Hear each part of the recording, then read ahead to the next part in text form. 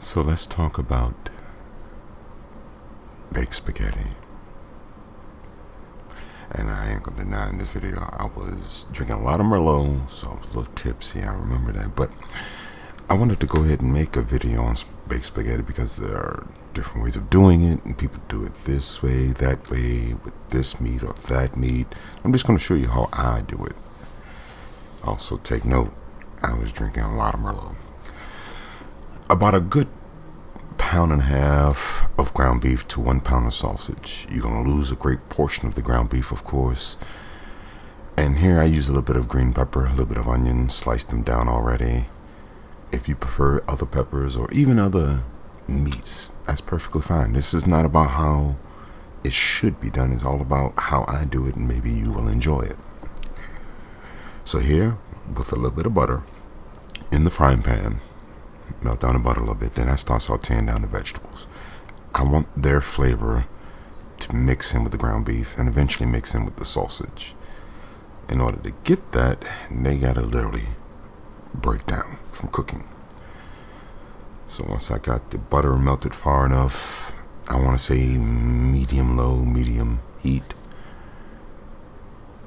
toss them bad boys in. Let that beautiful reaction that causes them to brown and release flavor start to change your food. And I don't remember why I decided to make a spaghetti video. I think it was just because I was drunk. I'm not even gonna lie. Normally I drink brandy. That night I had a bottle of Merlot, and apparently wine will get you there a lot faster. But then I decided, okay, let me make this video.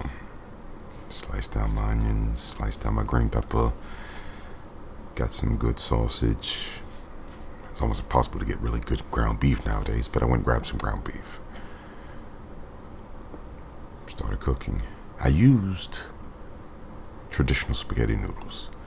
You can use seashells or elbow noodles, whatever you feel.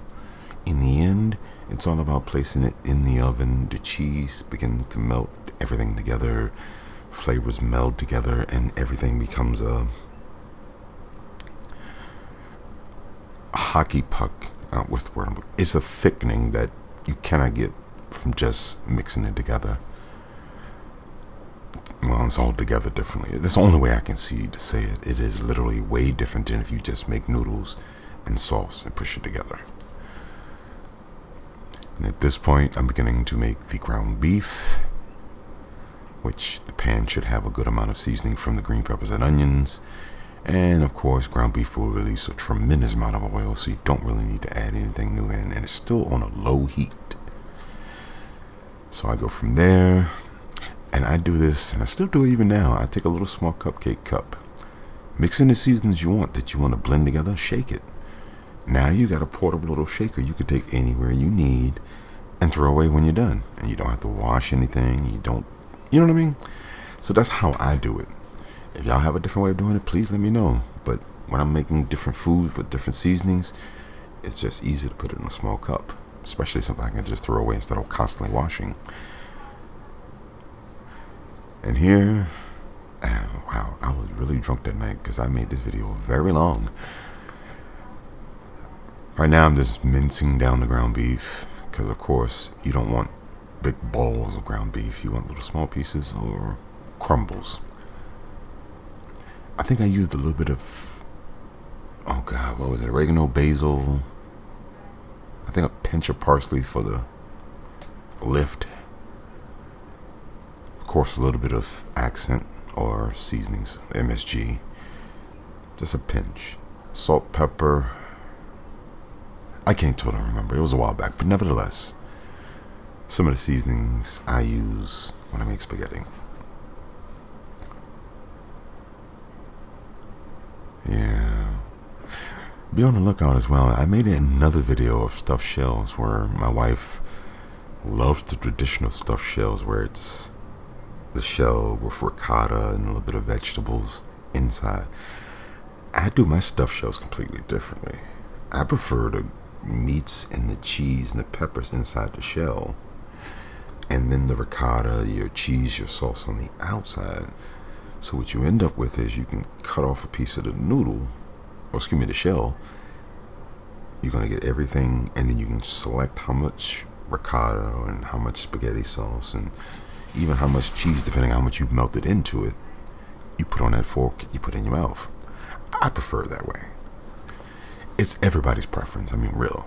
You can do it any way you feel. And here I'm showing, God, I was really not a great cameraman back in those days. I'm working on getting better with it though. Showing a picture of the ground beef and the sausage that is cooking down. Now, mix everything back together in a pot. Next in, your sauce. Oh crap.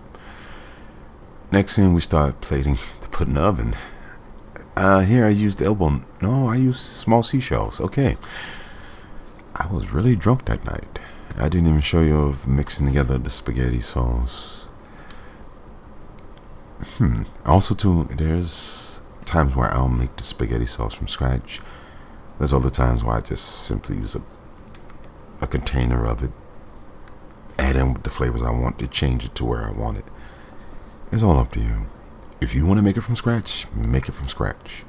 I think that night I used Prego. I thought it was a good flavor. I tossed in a little bit here, a little bit there to increase the flavors. It's all up to you. So this one is not traditional spaghetti noodles. It's seashells, ground beef sausage, green pepper onion sauce, and a pound to a pound and a half of cheese. And I use a very big bowl. Spread the noodles out. You want plenty of the sauce. And I put a heaping amount of cheese on each layer, as you can see what's going on. Then another layer of noodles, making sure the noodles are spread out, but not, like 2 foot tall worth. Then a lot more of what I love the most, the sausage, the ground beef, and the sauce. I'm sorry, it's just not a spaghetti if it's dry.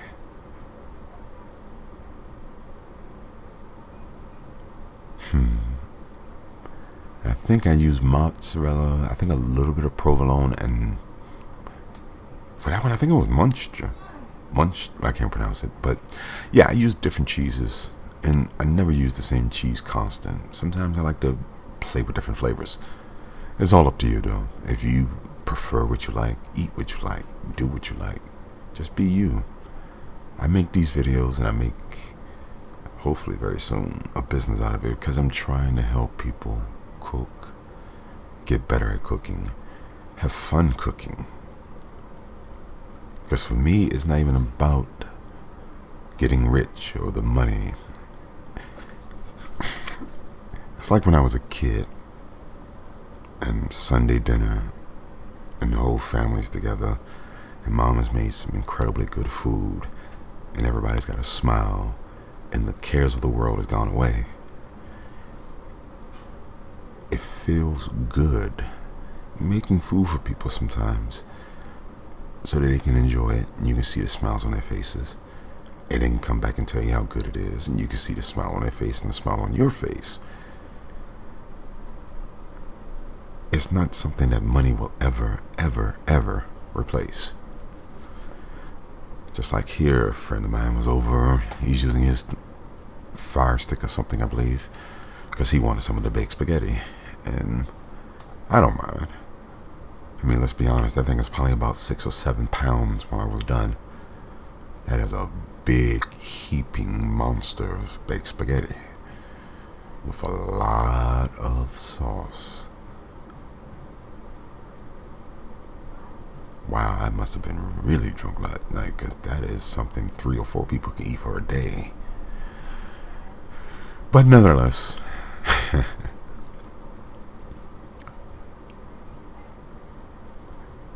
yeah, I made this video incredibly long and took a whole lot of time and I'm trying to find subjects to talk about.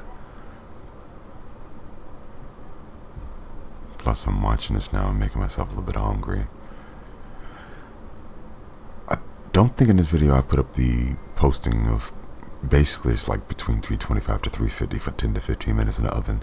Everything is already really cooked. What you're doing now is just blending and allowing the cheese to melt, which as you'll see in a minute, it has a lot of cheese. I'm talking like cheese, like the ass kisser at work who wants to get his promotion.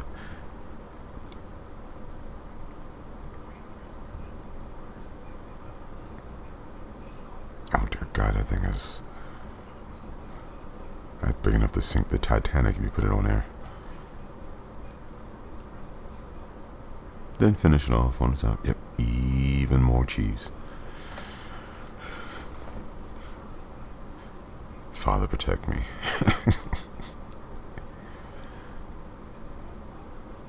Yeah, I did put it in. So 340 around 20 minutes. Especially given the size of this. But you're not looking to really recook anything. It's already cooked. And you don't want to overcook it. That's another emphasis I have to say. If you overcook, it'll dry out. It won't be the same. Reheating it, it'll be incredibly dry and it won't taste the same ever again.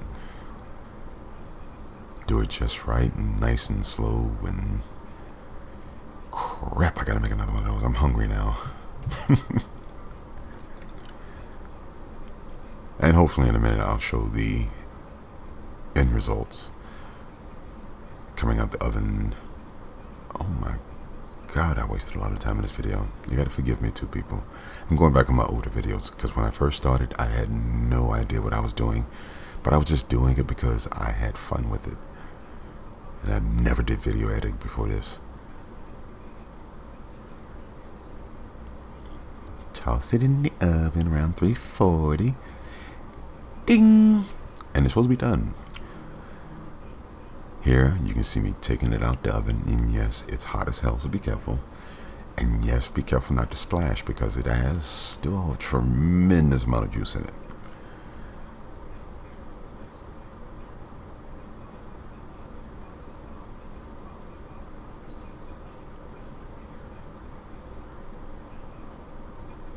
Oh my God, look at that. Ooh, look at that cheese. Oh. Making myself hungry thinking about it. I think I made some garlic bread to go along with that too. I basically just took some traditional bread, rolled it, a mound of butter, and I think I used garlic powder because I didn't want to take time and literally crush up garlic into its small pieces. Nevertheless, this is the Fat Boy Eat Time, the video that I always do. Garlic bread is easy to make. This spaghetti is easy to make. And if you like it, subscribe. If you like it, tell your friends. If you don't like it, tell me why I need to change. If you think it doesn't taste good, tell me why I need to change. Tell me, please. And I thank you. Mute.